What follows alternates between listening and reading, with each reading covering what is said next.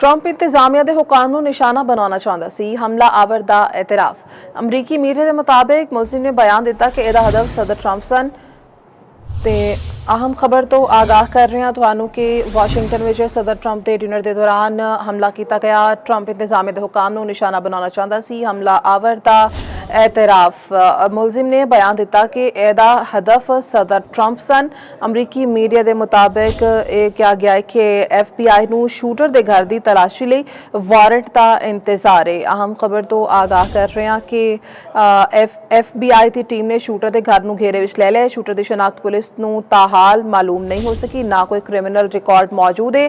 Firing में जख्मी police एहलकार अस्पताल तो डिस्चार्ज हो गया। हमले के दौरान मुलजिम ने तकरीबन 8 घंटे इंतजार किया। ट्रंप इंतजामिया के हुकाम को निशाना बनाना चाहता सी। हमला आवर ने यह एतराफ किया है कि मुलजिम ने बयान दिता है कि इसका हदफ सदर ट्रंप सन। अमरीकी मीडिया के मुताबिक FBI को शूटर के घर की तलाशी ली वारंट का इंतजार है। अहम खबर तो आगाह करें कि वाशिंगटन में प्रेस डिनर के दौरान हमला FBI की टीम ने शूटर के घर को घेरे में ले लिया। शूटर की शनाख्त पुलिस को ताहाल मालूम नहीं हो सकी। फायरिंग में जख्मी पुलिस एहलकार अस्पताल तो डिस्चार्ज हो गया। हमले के दौरान मुलजिम ने तकरीबन 8 गोलियां चलाइयां। ट्रंप इंतजामिया के हुकाम को निशाना बनाना चाहता सी। हमला आवर ने दौरान तफ्तीश एतराफ किया है। मुलजिम ने बयान दिता कि इसका हदफ सदर ट्रंप सन।